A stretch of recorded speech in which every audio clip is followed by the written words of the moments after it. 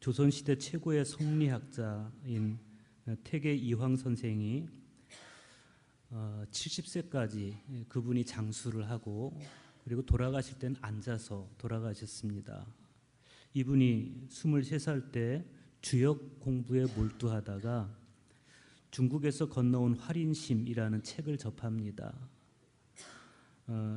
그리고 나서 그 도가의 양생 사상인 이 활인심을 번역하고 자신의 생각을 덧붙여서 책을 만드는데 그 책이 건광과 장수의 비법이 담긴 활인신방이라는 책입니다. 이 활인신방에서 특별히 우리 눈길을 끄는 것은 30가지 마음의 자세를 잘 섞어서 처방한 중화탕 그리고 화기환이라고 하는 심리치료약입니다. 그 중화탕에 들어간 약재가 재미있습니다. 사무사, 삿되지 않은 생각, 행호사, 좋은 일을 행할 것, 맡기심, 마음에 속임이 없을 것, 행방편, 필요한 방법을 잘 선택할 것, 수본분, 자신의 직분에 맞게 할 것, 막질투, 시기하고 샘내지 말 것, 제교사, 간사하고 교활하지 말 것, 무성실, 성실히 행할 것, 이렇게 해서 이제 30가지 약재가 들어가는 거예요. 주로 마음과 관련된 것들입니다. 유순, 부드럽고 순할 것, 겸화, 겸손하고 화목할 것, 지족, 만족함을 알 것, 이런 것들입니다. 이런 약재에다가 신장에 물을 붓고 또 심장에 불로 5분 정도 푹 달여서 식기 전에 천천히 마시라는 거예요. 그래서 이 약을 복용하면 그 몸이 이제 기운을 굳게 보존하고 삿된 기운이 침범하지 못하게 돼서 질병 없이 오래도록 평안하게 살 수 있다는 겁니다. 그런데 평생 동안 꾸준하게 먹어야 된다는 거예요. 평생 동안 삿되지 않은 생각을 해야 되고 평생 동안 좋은 일을 행해야 되고 평생 동안 마음에 속임이 없어야 되고 또 시기하고 샘내지 말아야 되고 간사하거나 교활하지 말아야 되고 평생 이 약을 먹어야 된다는 거죠. 그런데 그런가 하면 화기환이라는 약재는 급작스러운 병이 생겼을 때 응급용으로 먹는 그런 복용할 수 있는 알약입니다. 어떤 일로 화가 치밀어서 목구멍에 걸렸다거나 가슴이 답답하고 배가 뒤틀리고 온몸이 경직되고 이가 악물려지고 눈이 튀어나올 것처럼 부릅떠질 때 그때 이 화기환 단 한 알로 다스릴 수 있다는 거예요. 그런데 이 양의 모양이 그렇습니다. 심장 위에 칼을 올려놓은 모습. 그래서 이 약은 참을 인자라는 겁니다. 이 약을 먹을 때는 말을 하지 말고 하나를 입에 넣고 침으로 섞어서 꿀꺽 삼키면 된다는 거예요. 그런데 오늘 복음서의 말씀에 보면 예수님께서 이 활인신방을 능가하는 그런 말씀을 하세요. 나는 하늘에서 내려온 살아있는 떡이니 사람이 이 떡을 먹으면 영생하리라. 그러니까 이 말씀대로 따르면 예수 그리스도야말로 이 세상에 존재하는 그 어떤 명약보다도 명약이라는 겁니다. 이 세상에 과연 어떤 명약이 있어서 영원히 살 수 있게 해주겠어요. 그런데 예수님은 나는 하늘에서 내려온 살아있는 떡이니 사람이 이 떡을 먹으면 영생하리라. 즉 너희가 나를 먹으면 너희는 영생할 것이다. 이런 말씀이죠. 여기서 영생, 즉 영원히 산다는 것은 시간적으로 수평적으로 오래 산다 이런 의미가 아니고 수직적으로 의미적으로 깊이 있게 산다, 이런 뜻입니다. 그러니까 크로노스의 시간이 아니고 카이로스의 시간으로서 영원히 산다, 그런 뜻인데, 카이로스의 시간이라고 하는 것은 영원이면서 순간이고 또 순간이면서 영원한 참 생명의 시간입니다. 우리는 예수님께서 이 말씀을 하시게 된 배경을 먼저 생각해 봐야 됩니다. 예수님께서 오병이어의 기적을 베풀어 주셨습니다. 그 기가 막힌 기적을 체험한 사람들이 배를 타고 가버나움까지 주님을 따라가요. 그때 예수님께서 가버나움까지 따라온 사람들을 향해서 너희가 나를 찾는 것은 표적을 본 까닭이 아니요 떡을 먹고 배부른 까닭이로다. 썩을 양식을 위하여 일하지 말고 영생하도록 있는 양식을 위하여 하라, 이렇게 말씀하세요. 그런데 이 사람들이 예수님의 말씀을 알아들었는지 못 알아들었는지, 자신의 조상들이 광야에서 모세가 내려준 만나를 먹었던 것처럼 우리에게도 떡을 주십시오, 이렇게 말합니다. 그 요청에 대해서 예수님께서는 그때 하늘에서 만나를 내려준 사람은 모세가 아니다. 하늘에서 참떡을 내려주시는 분은 내 아버지시다, 이렇게 말씀하시면서 하나님께서 주시는 떡은 하늘에서 내려와 세상에 생명을 준다, 그렇게 말씀하십니다. 그리고 마침내 오늘 본문에 이르러서 내가 바로 그 떡이다, 하늘에서 내려온 살아있는 떡이다, 이렇게 말씀을 하십니다. 사람이 짐승과 다른 것은 단지 음식에 대해서만 육체적으로 또 생물학적으로 배부른 것이 아니고 굶주려 있는 것이 아니고 의미와 완성에 있어서도 굶주려 있다. 이게 사람과 짐승이 다른 겁니다. 오늘 저와 여러분이 관심을 기울여야 되는 것이 바로 그 지점입니다. 사람은 떡을 먹고 오래 사는 것이 생의 목적이 아니고 생명의 떡이신 예수 그리스도 안에서 참 생명으로 사는 것에 목적이 있어야 된다는 겁니다.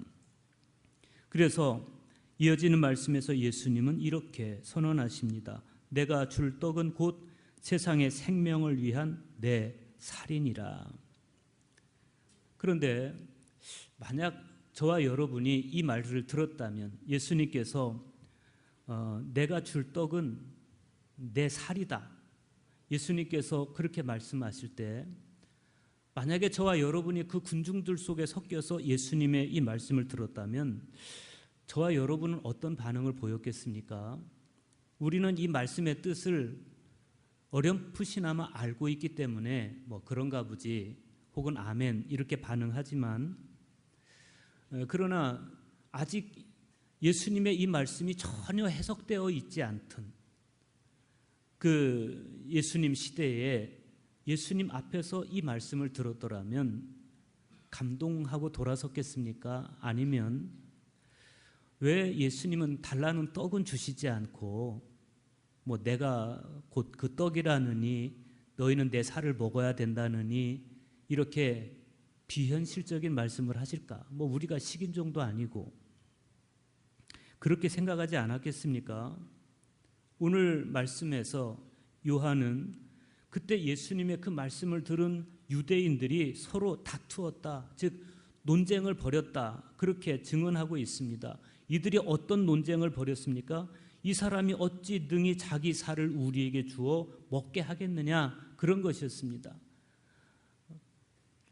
내 살을 먹어라 라고 예수님께서 말씀하실 때, 아니 어떻게 자기 살을 우리에게 주어서 먹게 하겠다는 거야? 이게 사람들의 반응이었다는 거예요. 당시 사람들에게 예수님의 이 말씀은 굉장히 혼란스러운 말씀이었습니다. 그런데 이 혼란이 채 가시기 전에 예수님께서 더 기가 막힌 말씀을 하세요. 53절 보십시오. 예수께서 이르시되 내가 진실로 진실로 너희에게 이르노니 인자의 살을 먹지 아니하고 인자의 피를 마시지 아니하면 너희 속에 생명이 없느니라. 떡을 먹는다 이 표현을 넘어서 여기 보면 살을 먹는다, 또 피를 마신다 이런 표현이 등장을 하고 있습니다. 우리는 이 차이를 이해해야 됩니다. 예수님께서 첫 번째 말씀하신 떡을 먹는다 이 표현은 일반적으로 주님의 희생을 내 안에 받아들이고 주님과의 일치를 이루는 것에 필요한 어떤 예전적인 태도를 이야기하는 거예요. 그런데 예수님께서 두 번째 하신 말씀, 살을 먹고 피를 마신다 이 표현은 그리스도께서 당신의 몸뿐만 아니라 피까지 주시는 신앙의 신비의 정점을 말씀하시는 것이고, 더불어서 당신의 그 결연한 희생 제사에 우리 모두를 참여시키려는 의지를 나타내고 있는 겁니다. 그래서인지는 몰라도 주님의 말씀에 끊임없이 이의를 제기하는 사람들의 그 모습은 단지 주님의 말씀을 알아듣지 못하는 무지함을 넘어서 주님의 희생 제사를 적극적으로 방해하려는 그런 실체로 다가오는 것도 사실입니다. 주님의 살과 피에 대해서 좀 더 풍성하게 이해하려면 레위기와 신명기의 관점을 성찰할 필요가 있습니다. 레위기 17장 11절에 보면 육체의 생명은 피에 있음이라 이렇게 선언하고 있고, 레위기 17장 14절에 보면 모든 생물은 그 피가 생명과 일체라 이렇게 말씀하고 있고, 신명기 12장 23절에 보면 피는 생명이다 이렇게 단언하고 있어요. 여러분, 이게 참 중요한 말씀입니다. 우리 기독교 대한감리회 장로님이신 선한 목자 그 병원의 이창우 박사님께서 바디 바이블이라는 책을 쓰셨어요. 그런데 그 책에 보면 이 이창우 박사님이 레위기와 신명기의 말씀을 인용해서 자신의 묵상을 이렇게 소개하고 있습니다. 성경은 육체의 생명을 피에 있다고 말씀합니다. 우리 몸에 5리터 정도밖에 되지 않는 액체 속에 우리의 생명이 있다는 뜻입니다. 그래서 우리의 죄를 속죄하는 것은 오직 피라고 하십니다. 다른 의미는 제쳐두고서 의사의 시각으로 볼 때 이보다 더 정확한 표현은 없다고 봅니다. 말 그대로입니다.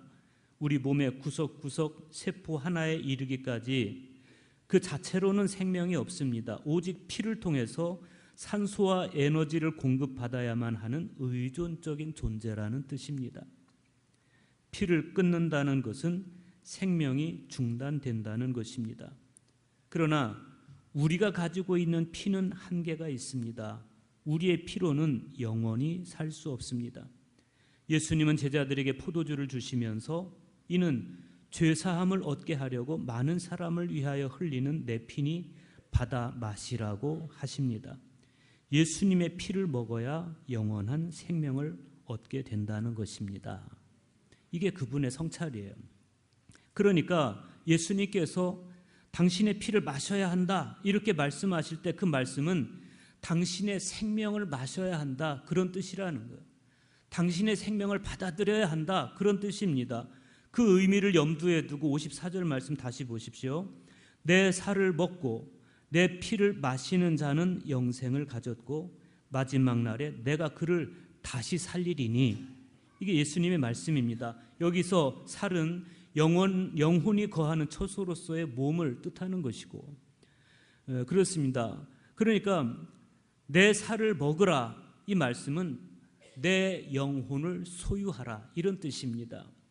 그리고 이것은 일회성이 아니고 지속적인 믿음의 행동이어야 된다. 그것이 현재 분사로서의 먹고 마시고라고 하는 단어가 우리에게 주는 메시지입니다. 이 말씀에 순종하는 사람들에게 예수님께서는 그가 이미 영생을 가졌다 이렇게 말씀하시고 내가 마지막 날에 그를 다시 살리겠다 이렇게 약속하세요. 이 말씀은 성만찬의 신비를 이해하려는 우리의 신학적 사고를 위해서 아주 중요합니다. 이 말씀에서 요한의 가르침이 정점을 이루는데 여기서 가장 중요한 핵심 주제는 생명입니다. 우리가 예수님의 살과 피를 먹고 마시는 것과 생명을 간직하는 것, 그 사이에는 아주 밀접한 관계가 있다는 거예요. 실제로 사도 바울은 고린도전서 11장에 있는 성찬 제정사에서 너희가 이 떡을 먹으며 이 잔을 마실 때마다 주의 죽으심을 그가 오실 때까지 전하는 것이니라 이렇게 말씀하심으로써 성만찬이 예수님께서 다시 오실 때까지 우리의 신앙을 지켜주는 중요한 수단이 된다는 것을 분명히 했습니다. 여기서 먹는다, 마신다 이 표현은 고스란히 그리스도의 실제성으로 연결되고 있어요. 다시 말하면 우리는 그분을 받아 먹음으로써 그분과의 친밀한 관계를 맺게 되는 것이고 그러므로써 예수 그리스도 안에 있는 생명이 우리 안에 들어오게 되는 것입니다.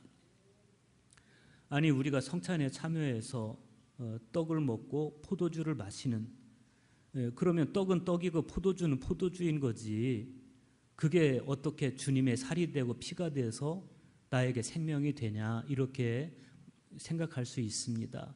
그래서 우리가 성령 임재의 기도를 하는 것입니다.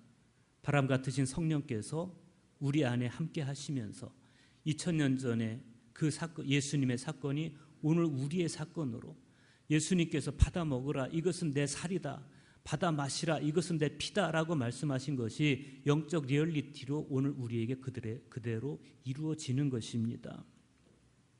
예수님 안에 있는 생명이 그렇게 내 안에 들어오면 그 생명은 우리의 죽음을 이기고 우리 안에서 계속됩니다. 죽음이 예수 그리스도의 생명에 의해서 통쾌하게 극복이 되어지는 거예요. 그리고 예수님께서 새 몸을 입고 부활하셨듯이 당신의 부활하심으로써 당신의 희생당하신 몸을 완전하게 되찾으셨듯이 우리가 믿음으로 주님의 살과 피를 내 안에 모실 때 우리는 주님과의 일치를 통해서 부활의 영광에까지 같이 참여하게 되는 것입니다. 바로 그 사실을 성 이레네우스는 자신의 책 이단 논박에서 이렇게 말합니다.